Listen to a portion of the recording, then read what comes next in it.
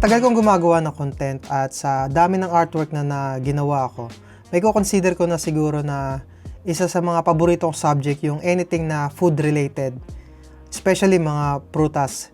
Kaya for today's video, panibagong art venture na naman ang gagawin ko. Gagawa ko ng isang artwork na ubas.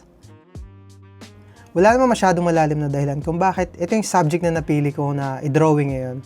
Pero madalas ko kasi ito nakikita at nadadaanan sa tapat lang mismo ng company namin. But anyway, ako nga pala si Kel Martin, isa akong artist na nandito ngayon sa South Korea bilang isang OFW. Every lunch break namin, siguro mga 12 noon o 12 ng tanghali kasi yun naman talaga yung usual na lunch break. So lumalabas kami ng company namin at pumupunta kami ng Shikdang na ibig sabihin canteen. Literal na katabing company lang namin yun. May Shikdang doon or canteen. Tapos doon na kami kumakain ng lunch. Hindi kami nagdadala ng baon at wala rin namang wala na rin mga time magdala at magluto pa, no. So, pupunta na lang kami doon. Naman yung libre yun kasi bayad ng company yun. Tapos yun, tuwing lalabas kami ng Shikdang, doon namin nakikita sa tapat mismo lang ng bakuran ng company namin yung maliit na ubasan. Siguro mahigit 2 months ko na rin naobserbahan yung yung unti-unti niyang paghinog mula sa asing dati na tuyo, nung winter na tuyo, hanggang sa itong papalapit na ng autumn. Yan, pamunga na siya ng pamunga. Kaya nakakuha ko ng magandang subject na ba't di ko subukan na i-paint din to. Total matagal-tagal na rin yung huling beses na nag-paint ako ng food related. Sa pagkakaalala ko, siguro mga last year pa yata ako huling gumawa ng food series. Kaya last year ko pa din yata nagawa yung huling ubas na na-drawing ko. Pero yung ubas na yun, nakahalo pa yun sa salad. Hindi yung asing gantong bunga talaga. Kaya naisipan ko rin na i-challenge yung sarili ko na gumawa ng isang full artwork na naka-dedicate lang din sa ubas. Pero syempre, gusto ko lang i-drawing to sa paraan na kaya ko. Tsaka yung gusto kong output. Kaya ko rin gumawa sana talaga ng realistic na ubas. Pero mas trip ko yung parang yung parang washi-washi lang or bara-bara lang. Something na ganun. Parang ako kasi mas expressive kapag ganun yung gagawin ko. Anyways, for sure kilala mo rin si Sam Das Art. Isa rin siyang artist na YouTuber na nakaka-base sa Canada yata or somewhere in US. Hindi ako sigurado. Pero isa siyang sobrang famous niya lang pagdating sa digital art tsaka sa YouTube. Kaya isa rin siya sa mga most followed na content creator din sa YouTube. Siya lang naman kasing inspirasyon ko kaya ako naisipan yung ganitong setup. Yung kita yung mukha tapos kalahati ng video ay video process ng artwork. Sa kanyang idea to, ginaya ko lang din sa kanya. Pero ang pinagkaiba lang namin, siya, digital artist, samantalang ako, mas preferred ko yung traditional art. Although, meron naman din ako iPad na pwede ko rin naman sanang gawin to or pwede rin ako gumawa ng mga artwork na digital art. Pero, mas trip ko lang talaga yung traditional art. Pero anyway, nakakatuwa lang kasi first time ko lang din to sinubukan yung ganitong setup. Yung nagdo-drawing habang first time ko lang sinubukan yung ganitong setup. Yung nagpe-painting habang nagsasalita. Kasi honestly, hindi talaga komportable ng ganitong setup.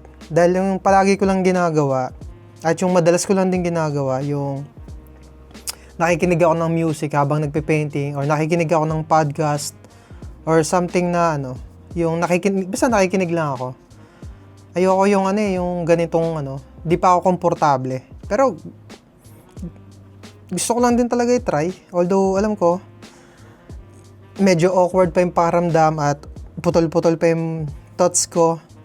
Pero sabi nga naman nila na talagang kailangan ng maraming trial and error tsaka practice. Diba? Same thing din sa paggawa ng art. Siyempre, para mag-improve, kailangan paulit-ulitin yung gawin. Paulit-ulit yung pagpa-practice para mas maging masanay. So, ito yung first video ko na nagpe-painting habang nagsasalita. Kaya for sure, mas magiging maiksi lang tong video na to. Pero ang kapalit naman nun, mas magiging madalas yung pag-upload ko tsaka mas uploadable din. At di na rin ako masyado mahirapan video edit kasi syempre wala nang mga maraming cheche bureche na camera transition at kung saan ko pa isi-setup bago pa ako makatapos ng isang vlog. Unlike kung ganito na nga lang, kung ganito ang setup ko, at least kahit dalawang camera lang naka-setup, isa rito tsaka isa tong sa habang nagpe-painting ako, at least pag in-edit ko na, siguro mas mabilis na or mas magiging madali na para sa akin. Tsaka honestly, ang goal ko lang naman din talaga ngayong 2026 is mas makapag-upload na rin talaga ng mas madalas. Pero dahil nga medyo pinapahirapan ko yung sarili ko sa pag-edit ko tsaka sa pag-voice over, naisip ko na padali na lang muna yung trabaho dahil nga target ko makagawa or makapag-upload ng 100 videos sana ngayong taon or kahit mga twice a week para medyo mas consistent na. May nahabol din kasi akong kota ko para sa sarili ko na basta parang trip ko na makapag-upload at least yearly ng 100 videos yearly. Pero syempre dahil nga ilang buwan na lang patapos ng tong 2026, so kahit maka 50 videos lang ako ng ganito yung setup, makapag-upload lang ng ganun. Yung reference na ginamit ko pala rito, nakita ko lang to sa Pinterest. Although meron naman sana ako mga pictures at videos na nakasave na pwede ko rin sana gamitin bilang reference para sa artwork na to. Kaso naisip ko na i-challenge yung sarili ko na gusto ko yung ubas na maraming kulay, yung maraming transition ng kulay, especially na sobrang translucent na itong subject na to. Sakto, parang medyo ganito rin naman yung yung mga nakasave sa akin ng konti. Yun nga lang, hindi ganun kapulido yung quality ng pagkakakuha ko ng pictures. Kaya naisipan ko na ito na lang gamitin ko, yung kung ano yung nasa Pinterest. Honestly, medyo nahihirapan ako sa reference na napili ko. Ang hirap i-achieve nung may translucent na effect. Kaya hindi ko alam kung magagawa ko to ng maayos, pero so far nag-enjoy naman ako gawin tong artwork na to.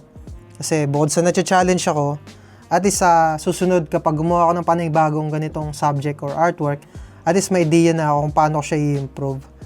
Pero sa ngayon, bahala na kung ano yung kalalabasan nito.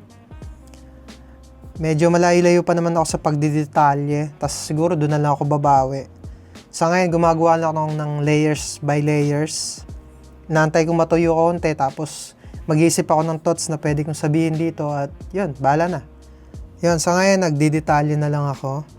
May mga parts na nagustuhan ko yung output, especially yung natuyo na. Pero din meron mga part na ayoko pa.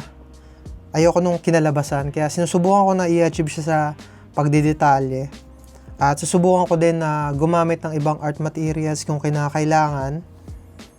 Hanggang sa ma-achieve ko yung nasa isip ko na parang kontento na ako. At dahil nga sa unang video ko to sa bagong format ng YouTube channel ko, hindi ko alam kung paano tatapusin tong video na to. Pero siguro ganito na lang muna. Here's the result!